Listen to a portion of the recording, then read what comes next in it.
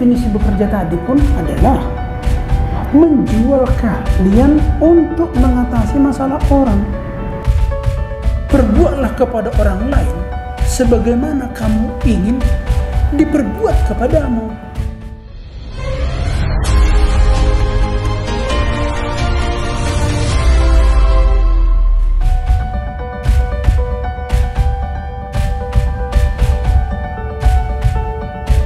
Kalau kita bekerja, pertama-tama kita harus tahu kita mau membuat bagaimana. Nah, misalnya kamu di farmasi ya? Iya. Emang mau bagaimana standar kerja di farmasi? Oh, harus bisa melayani ini. Oh, berarti kamu berpikir kayak saya harus tahu A, B, C, D gitu ya. Nah, begitu juga di bagian ini, kamu bagian apa? Perawat, Pak. Perawat, begitu. Kalau seorang perawat mau bekerja, harus tahu ada standar yang harus dipenuhinya. Dia harus bisa menginfus, dia harus bisa pasang NGT, dia harus bisa kateter, dia harus bisa suntik, dia juga harus bisa hekting, dan sebagainya. Itu nanti bisa dilihat, itu ada namanya standar kompetensi. Sekali lagi, semua orang yang bekerja harus ada standarnya dan harus tahu. Dia jangan sampai nggak tahu. Karena kalau kamu tidak tahu standar apa yang harus kamu miliki, kadang kamu bekerja di sini tidak bagus, kamu tidak tahu apakah kamu itu sudah bagus atau tidak bagus. Atau ada yang harus kamu mampu 10 item, kamu tidak tahu. Karena kamu tahu 1 item, maka kamu berkeras hanya bertahan di situ saja, yang nggak bisa. Ya, jadi sekali lagi harus tahu kamu apa yang harus kamu tahu. Apakah semua kalian sudah tahu apa standar kompetensi di bagianmu? Di antara standar kompetensi yang harus kamu miliki ini, mana kamu yang sudah mantap, mana yang belum mantap, harus bisa. Jadi mana yang kita sudah mampu, mana yang belum mampu, harus bisa. Jadi jangan sampai kita tidak tahu apa yang seharusnya kita tahu. Itu pertama. Kedua, kalau kita sudah tahu, sudahkah kita mampu? Jadi jangan sampai ada pula, saya tahu sih seorang perawat itu harus bisa menginfus, tapi kamu udah bisa menginfus belum? Belum. Loh, kalau begitu bagaimana kita ini kalau ada pasien? Sesudah itu namanya standar kompetensi, skill. Masih ada standar kompetensi yang harus dimiliki di sini selain itu.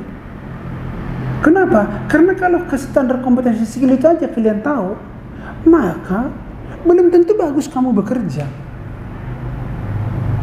Karena untuk menentukan bagus bekerja, ada 3 standar yang harus diketahui. Pertama, standar kompetensi skill.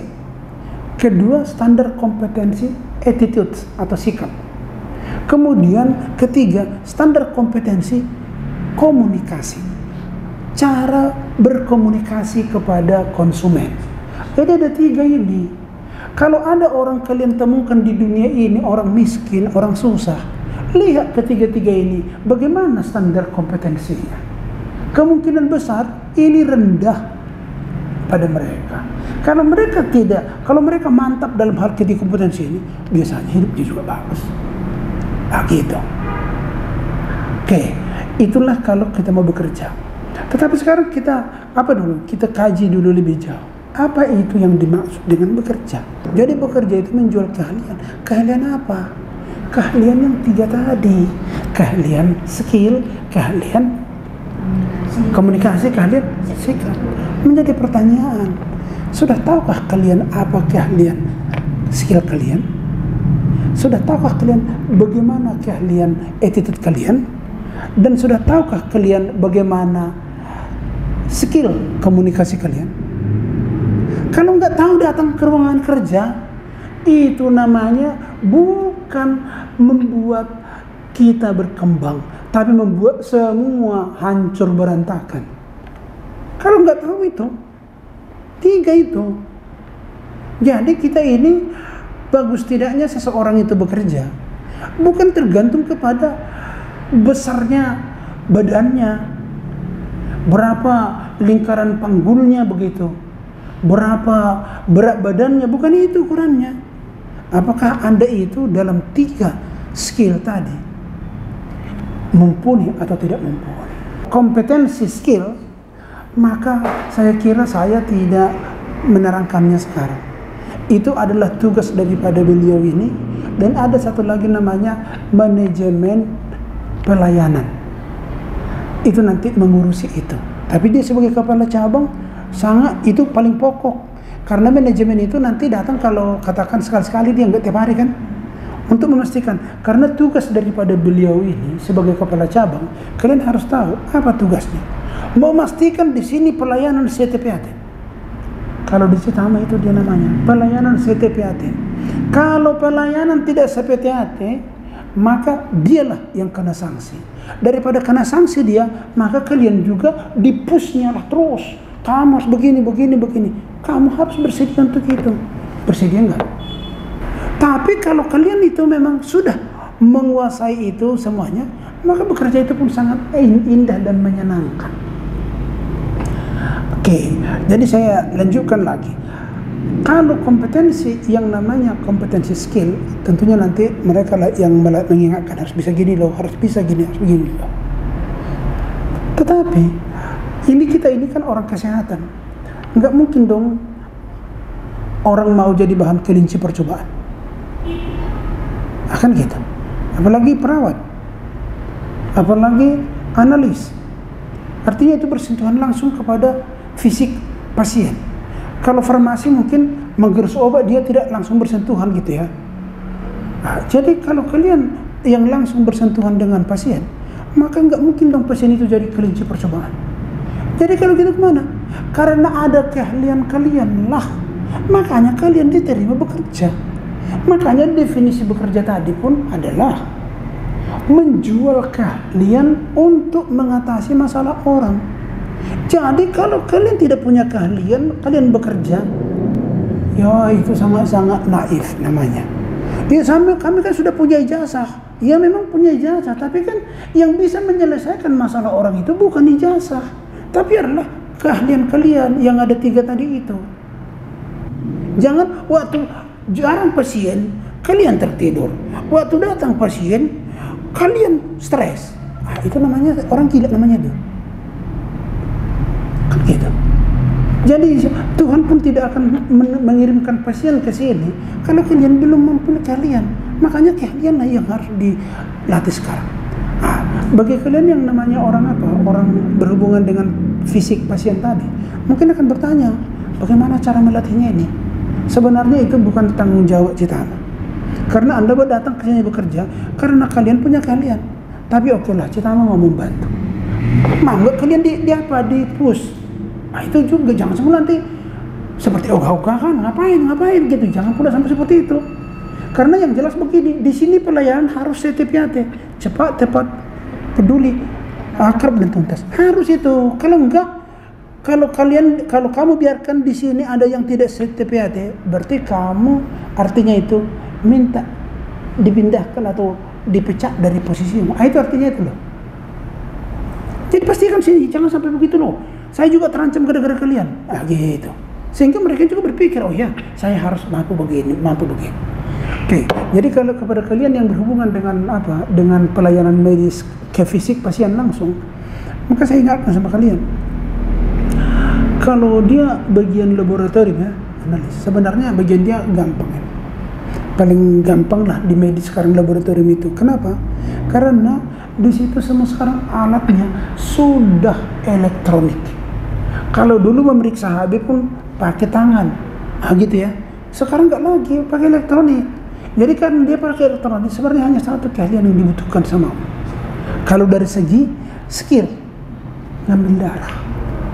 Palinganlah tambahan ngambil darah, bagaimana cara mencampurnya di dalam botol ataupun di dalam tabung, sehingga itu nanti waktu diperiksa pas. Karena kalau salah cara mencampurnya, seperti menggabung dengan ETA itu, kalau ETA-nya nggak masuk, beku darahnya kan begitu. Jadi itu yang mau saya katakan di situ adalah keterampilan yang kebutuhkan cuma satu yang paling utama. Bagaimana cara mengambil darah? Jangan sampai Anda menusuk pasien berkali-kali, setelah pasiennya berkali-kali nggak dapat pula darahnya, maka kita ini hanya dicaci maki serta disumpahin orang. Jadi begini, itulah keahlian yang kamu jual. Bisa mengambil darah dari orang mulai dari bayi sampai orang yang mau ke liang lahat. Jadi kalau kamu belum tahu itu, jangan sombong. Jangan berhenti. Gimana cara melatih ini? Apa gitu? Ada orang sudah bodoh sombong pula. Nah, itu berbahaya sekali. Ya. Kalau perawat agak banyak. Karena misalnya menghacking harus ada latihan, menginpus harus ada latihan, apa gitu. Dan itulah baru kita bisa diterima menjadi karyawan atau bekerja di sini. Jadi jangan pula belum tahu pun itu, tapi dia merasa sudah adem ayam saja, tenang-tenang saja. Nggak bisa. Yang kalian layani di sini bukan saya. Yang kalian layani di sini adalah pasien.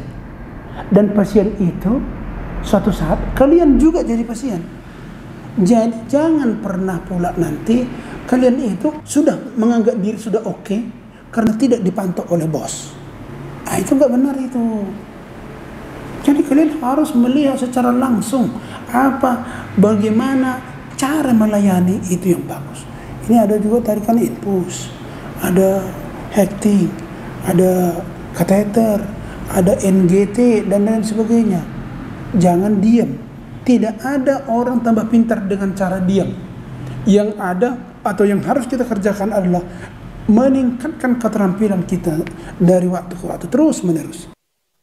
Tapi sekali lagi ada dua lagi sesudah ada dua lagi. Apa yang dua lagi itu? Adalah attitude sama komunikasi. Memang yang kita kerjakan di sini adalah tindakan-tindakan menolong pasien.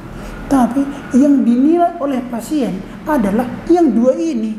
Ini harus diingat itu. Orang pasien tidak peduli sejauh mana ilmumu. Kan gitu kan? Yang penting sikapmu bagaimana sama dia. Nah, jadi oleh karena itu, kalau kita hitung-hitung gini ya. Satu tadi adalah skill. Kedua sikap. Kemudian ketiga adalah komunikasi. Maka boleh dikatakan sini sepertiganya bobot daripada keahlianmu itu. 2/3 lagi sikap dan cara ngomongmu. Itulah menentukan kepuasan pasien terhadap pelayananmu. Ada orang tidak suka ngomong. Ada orang seperti diam atau bahkan sekali ngomong jutek. Enggak zamannya lagi sekarang ini itu. Kalau ada karyawan pendiam, itu cepat-cepat laporkan. Bukan kita mau memarah-marahi dia, mungkin nggak di sini talentanya, mungkin dia itu lebih cocok menjadi karyawan atau bekerja di tempat lain. Contoh, kalau seandainya pekerjaannya itu di ladang, nggak apa-apa, diam-diam begitu ya. Kerjanya itu misalnya di penggalian makam, itu pun nggak apa-apa diam-diam di situ.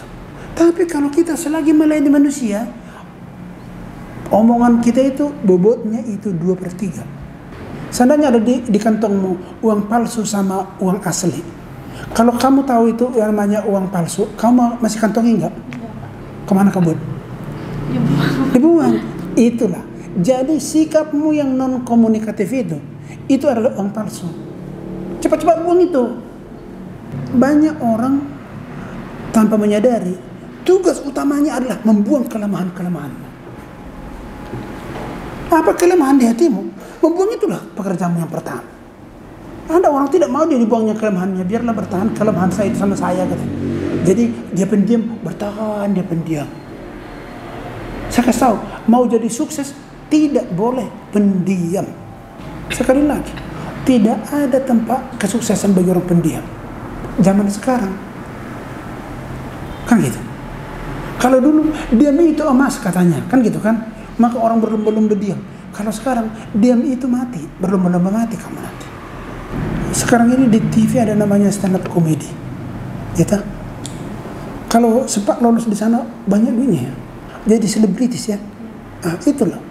Itu makanya kalau orang yang komunikatif itu, apalagi ada kocak atau humor-humornya, itu jalan kesuksesan. Coba kalau ada pendiam, saya belum ada pernah melihat ada ya namanya yang dikatakan sayembara lah itu namanya, atau Indonesian Idol mencari siapa yang paling diam gitu. Mana ada? Enggak ada ya. Jadi kata kamu harus tahu itu enggak laku itu. Mana ada pernah gitu. Wah, siapa ini paling hebat diamnya gitu. Wah, enggak ada itu. Tapi kalau paling hebat humornya itu dibutuhkan orang. Jadi jangan pula kalian nanti bekerja tapi kalian buat diri kalian tidak dibutuhkan orang. Kesuksesanmu tergantung berapa banyak orang yang senang kepadamu. Harus diingat itu. Sekali lagi ya, Kesuksesanmu tergantung kepada berapa banyak orang yang senang kepadamu. Kalau banyak senang kepadamu, maka kamu sukses. Tapi kalau nggak ada senang kepadamu, siap-siaplah kamu akan hidupnya susah. Itu kira-kira gambarannya. Oke, jadi rupanya kesuksesan bekerja itu 2/3 ditentukan oleh sikap dan komunikasi kita.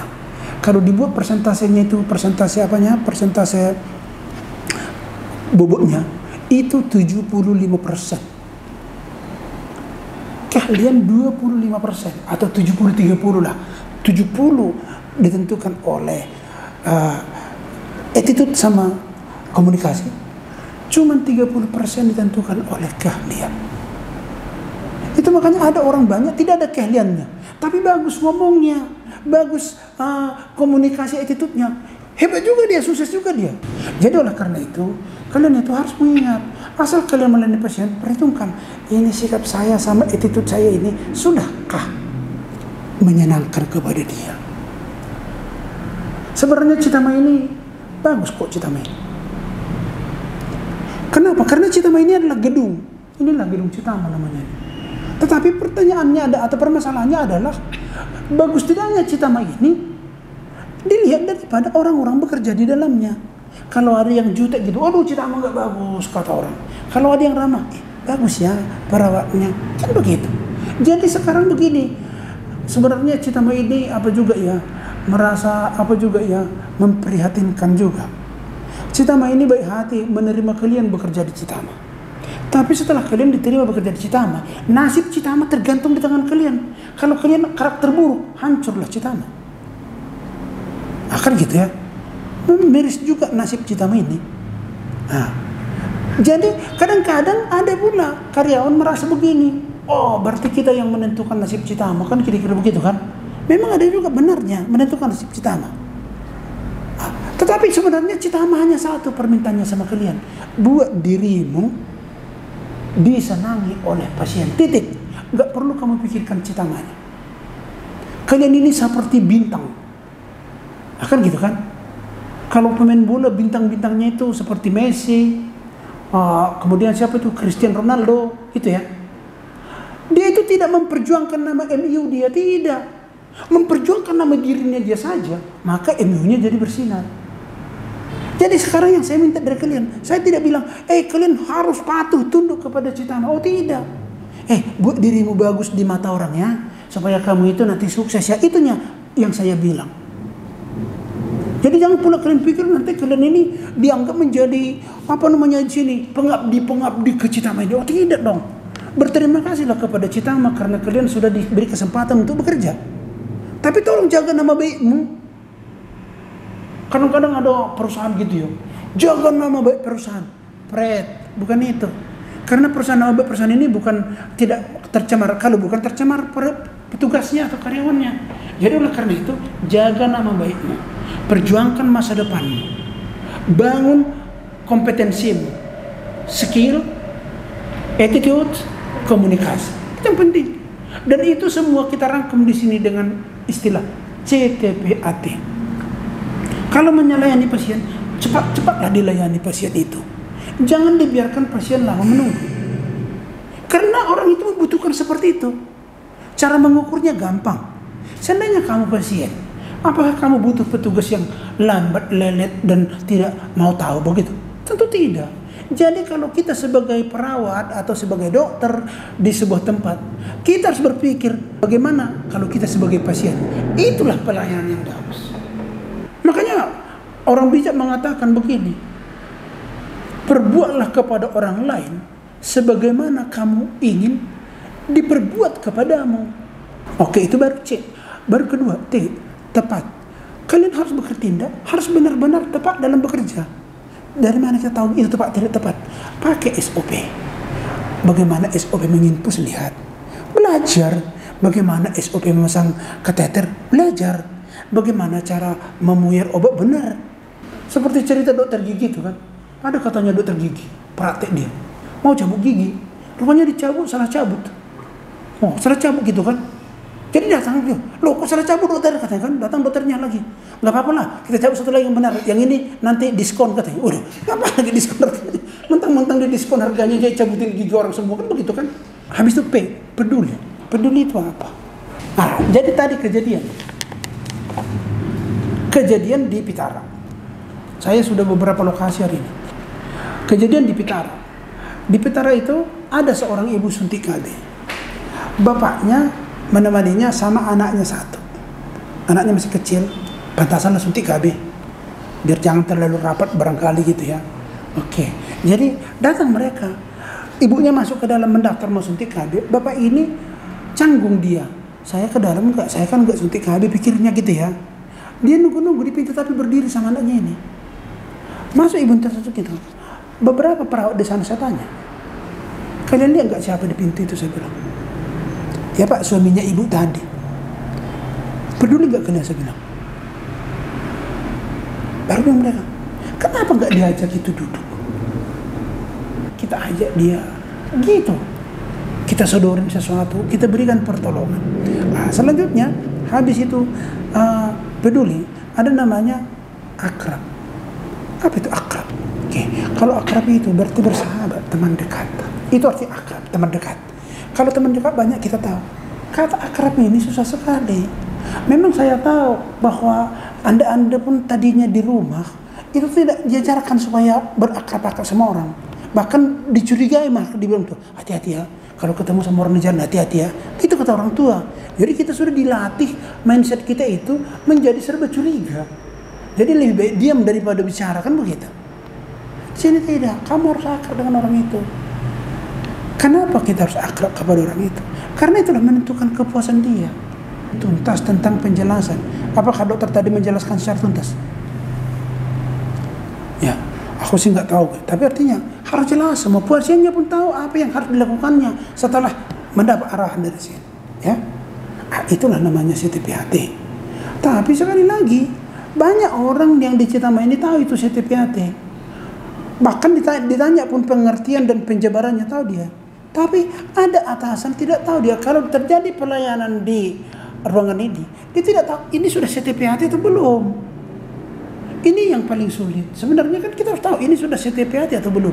Bisa kita analisa, bisa kita evaluasi. Dan kalau ada yang kurang, kita bilang ini kurang begini, ini kurang begini. Biar benar-benar terjadi. Di sini saya lihat lebih banyak maklumi. Enggak jadi. Itu makanya kemarin itu saya sudah minta kepada manajer. Tadi udah saya bilang kepada dokter ya. Dijelaskan semua bagaimana standar bekerja di sini.